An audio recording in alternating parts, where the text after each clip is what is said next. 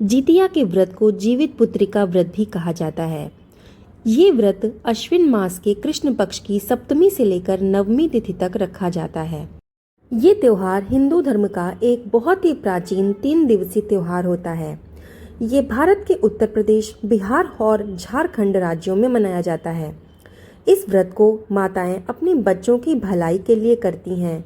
इस दिन निर्जला उपवास किया जाता है।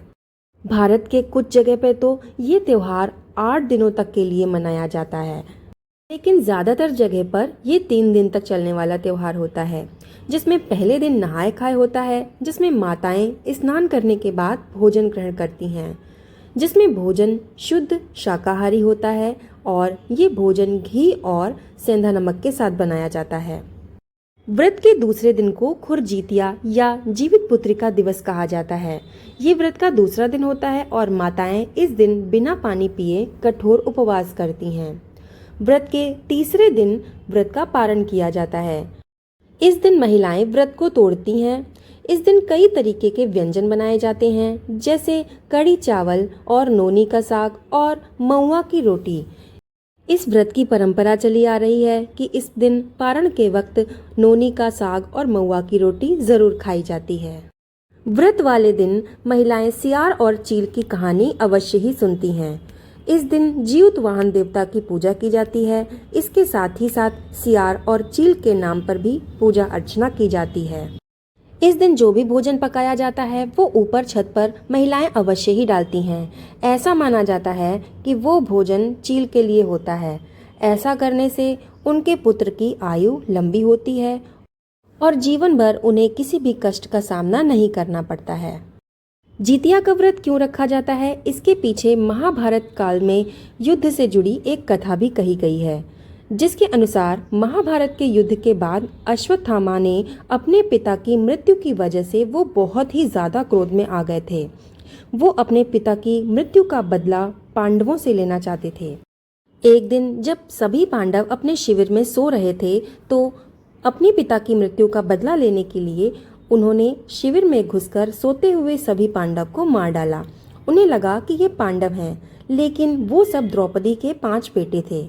इस अपराध की वजह से अर्जुन ने उसे गिरफ्तार कर लिया और उनकी मणि भी छीन ली। इससे आहत अश्वत्थामा ने उत्तरा के गर्भ में पल रही संतान को मारने के लिए ब्रह्मास्त्र का प्रयोग कर दिया, लेकिन उत्तरा की संतान को जन्म लेना जरूरी था, जिस वजह से श्री कृष्ण ने अपनी पुण्य का जो फल था वो उत्तरा के गर्भ में मरी हुई संतान को दे दिया और वो संतान जीवित हो गई।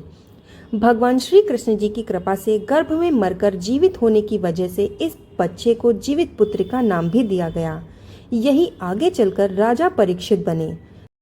तभी से संतान की लंबी उम्र के लिए हर साल जितिया व्रत को रखने की परंपरा चली आ रही है और महिलाएं इसको अपने पुत्र की लंबी उम्र के लिए इस व्रत को रखती हैं और इस व्रत को रखने से संतान की उम्र लंबी होती है और साथ ही साथ उसको जीवन भर किसी भी कष्टों का सामना नहीं करना पड़ता है। आइए अब जानते हैं कि साल 2024 में जितिया का व्रत कब से कब तक चलेगा और इसमें पूजा का शुभ मुहूर्त क्या रहेगा और पारण का समय क्या रहेगा। साल 2024 में जितिया का व्रत 25 सितंबर 2024 दिन बुधवार को पड़ेगा। इसमें नहाय खाए होगा 24 सितंबर 2024 दिन मंगलवार को। निर्जला व्रत रखा जाएगा 25 सितंबर 2024 दिन बुधवार को और व्रत का पारण किया जाएगा 26 सितंबर 2024 दिन गुरुवार को। आइए अब जान लेते हैं सप्तमी तिथि के बारे में। तो सप्तमी तिथि की शुरुआत हो रही है 23 सितंबर दोपहर 1:51 से 24 सितंबर दोपहर 12:39 तक और इस दिन सूर्योदय का समय रहेगा सुबह 6:20 पर और सूर्यास्त होगा शाम 6:17 पर। तो आइए अब बताते हैं अष्टमी तिथि के बारे में। तो इस बार अष्टमी तिथि की शुरुआत हो रही है 24 सितंबर मंगलवार दोपहर 12:40 पर और इसकी समाप्ति हो रही है 25 सितंबर बुधवार दोपहर 12:11 तक। इसके अलावा नवमी तिथि की शुरुआत होगी 25 सितंबर बुधवार दोपहर 12:12 से लेकर 26 सितंबर गुरुवार दोपहर 12:25 तक। इस दिन सूर्योदय का समय रहेगा सुबह 6:20 पर और सूर्यास्त होगा शाम 6:15 पर। 25 सितंबर 2024 दिन बुधवार को पूजा का शुभ मुहूर्त रहेगा सुबह 6:10 से 9:12 तक और शाम की पूजा का समय रहेगा शाम 6:14 से लेकर 7:26 तक। व्रत का पारण किया जाएगा 26 सितंबर दिन गुरुवार को और इसका शुभ मुहूर्त रहेगा सुबह 6:21 से लेकर 8:23 तक। तो आज का ये वीडियो आप सबको कैसा लगा हमें ज़रूर बताइएगा और ये भी बताइएगा कि आप हमारा वीडियो कहाँ से देख रहे हैं। वीडियो पसंद आया हो तो लाइक करना ना भूलिएगा और अपने फैमिली एंड फ्रेंड्स के साथ शेयर भी कर दीजिएगा।